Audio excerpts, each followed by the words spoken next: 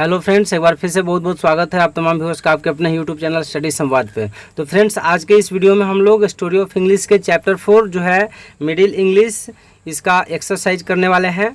तो first question है कि write T for true and F for false statements, यानी कि सही कथन के लिए टी और गलत कथन के लिए एफ लिखें। तो स्टेटमेंट ए क्या कहता है, देखते हैं।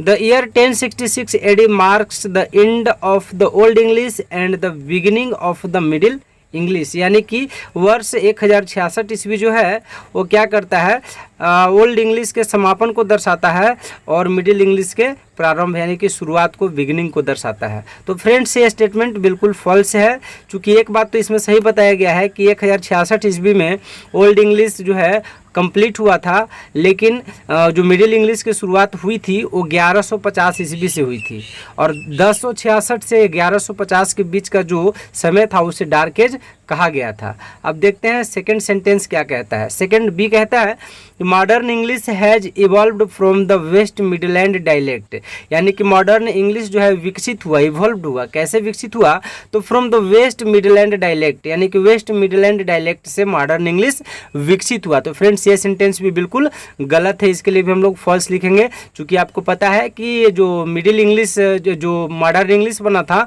वो ईस्ट मिडलैंड डायलेक्ट से बना था, ना कि वेस्ट मिडलैंड डायलेक्ट से। इसके बाद थर्ड सेंटेंस है see the early literature of middle English is chiefly secular in nature, यानी कि जो प्रारंभिक साहित्य था मिडिल इंग्लिश का वो मुख्यतः सेक्युलर था, प्रकृति में सेक्युलर था। तो ये बात बिल्कुल गलत है, सेक्युलर नहीं था। तो इसके लिए भी हम लोग फॉल्स लिखेंगे। डी जो हो गया आपका, the second half of the 14th century, यानी कि 14वीं शताब्दी का दूसरा भाग जो है, दूसरा अर्धकाल जो है, आधा समय, यानी कि 1350 से 1400 ईस्वी तक का, is known as the period of great individual writers, वह महान व्यक्तिगत लेखकों के काल के रूप में जाना जाता है। तो भाई ये बात बिल्कुल सही है, इसके लिए हम लोग टी लिखेंगे, ठीक है।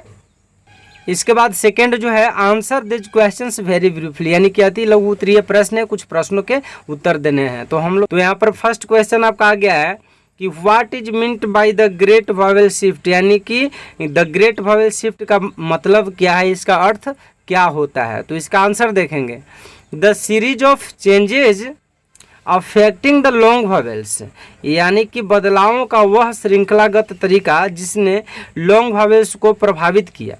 ऑफ मिडिल इंग्लिश, यानी कि मध्यकालीन अंग्रेजी के जो लॉन्ग वॉवेल्स थे वो श्रृंखला, बदलावों की वो श्रृंखला जिसने प्रभावित किया, is known as the great vowel shift, जिसे ग्रेट वॉवेल शिफ्ट के नाम से जाना जाता है। आप अपने कॉपी पे इसका आंसर भी लिख सकते हैं इन सारे क्वेश्चंस का। इसके बाद सेकंड क्वेश्चन की ओर चलेंगे। तो आज का सेकंड क्वेश्चन है इस एक्सरसाइज का कि when did it take place, यानी कि यह कब अस्तित्व में आया। तो it took place in the middle English period, यानी कि यह मिडिल इंग्लिश पीरियड के दौरान अस्तित्व में आया।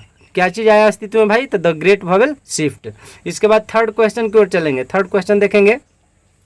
थर्ड क्वेश्चन है name the dialects of the middle English, यानी कि मिडिल इंग्लिश के डायलेक्ट्स का नाम लिखें, बोलियों का नाम लिखें। तो इसका आंसर है dialects of the middle English is known as northern, southern, east midland, west midland and Kentish, यानी कि मिडिल इंग्लिश के मुख्यतः 5 डायलेक्ट हैं। और कौन कौन से 5 डायलेक्ट हैं मैं आपको ये बता दूं। तो पहला डायलेक्ट है नॉर्दर्न, दूसरा है साउदर्न, तीसरा ईस्ट मिडलैंड, चौथा वेस्ट मिडलैंड और पांचवा जो है वो है आपका, यहाँ पर आप देख पा रहे हैं, केंटिस। नेक्स्ट क्वेश्चन, क्वेश्चन नंबर 4 है हाउ मैनी वर्ड्स अप्रोक्स, यानी कि कितने शब्द लगभग, were brought over from the French during the 13th and the 14th century, जिसे फ्रेंच से बोरो किया गया था 13वीं और 14वीं शताब्दी के बीच। What percentage of these words is in use today, और उनमें से कितना वर्ड का परसेंटेज है, कितना प्रतिशत वर्ड है जो इन दिनों भी यूज होते हैं अंग्रेजी में, फ्रेंच वाले वर्ड्स।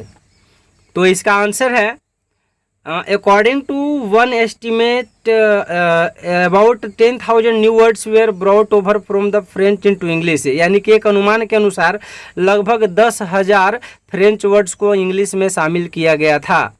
ड्यूरिंग दिस टाइम, इस समय में, out of almost 75% are in use today, जिनमें से 75% जो शब्द है वो अभी भी फ्रेंच वाले शब्द अंग्रेजी में यूज किए जाते हैं। यानी कि लगभग 7,500 शब्द अभी भी अंग्रेजी भाषा में यूज किए जाते हैं जो कि फ्रेंच वर्ड्स हैं। इसके बाद क्वेश्चन नंबर 5 हम लोग देखते हैं। क्वेश्चन नंबर 5 है, what made English from a highly inflectional language into an analytic one, यानी कि कौन सी चीज़ है जिसने इस अंग्रेजी को, जो कि काफ़ी लचीलापन था इस अंग्रेजी में, इसने इसे इस लैंग्वेज को विश्लेषणात्मक यानी कि एनालिटिक बना दिया। तो चलिए इसका आंसर समझते हैं।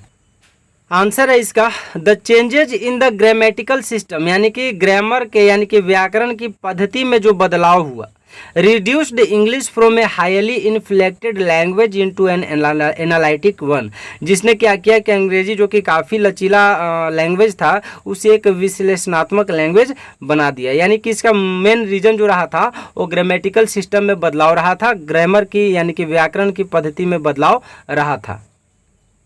क्वेश्चन नंबर 6 देखते हैं। क्वेश्चन नंबर 6 कहता है कि name 4 notable writers of the middle English, यानी कि मिडिल इंग्लिश के 4 जो नोटेबल राइटर्स थे, यानी कि जो प्रमुख जो लेखक थे उनका नाम लिखना है। तो इसका आंसर है 4 notable writers of the middle English are, यानी कि मध्यकालीन अंग्रेजी के जो 4 प्रमुख लेखक थे वो हैं। कौन कौन हैं? तो एक पहला जो है आपका यहाँ पर देख पा रहे हैं, चौसर, गोवर, लैंगलैंड एंड वाइक्लिफ। हाँ बिल्कुल सही, ये 4 ही राइटर थे जो प्रमुख राइटर थे मिडिल इंग्लिश पीरियड के। मैं फिर से बता देता हूँ, पहला चौसर, दूसरा गोवर, तीसरा लैंगलैंड और चौथा वाइक्लिफ। ये 4 राइटर नोटेबल राइटर थे मिडिल इंग्लिश पीरियड के। इसके बाद next and I think last question है आपका होगा, 7th क्वेश्चन है कि whose works are the major sources of information about middle English grammar, vocabulary and pronunciation, यानी किनके लेख जो हैं, जो प्रमुख लेख हैं किसके बारे में? तो मिडिल इंग्लिश के ग्रामर, उसके शब्दावली, इसके बाद उसके प्रोनाउंसिएशन यानी उच्चारण के दृष्टिकोण से किनके जो लेख हैं जिसे काफ़ी जो है इम्पोर्टेंट माना जाता है, इन्फॉर्मेशन के लिए, सूचना के लिए माना जाता है, सोर्स ऑफ इन्फॉर्मेशन यानी कि सूचना का स्रोत माना जाता है।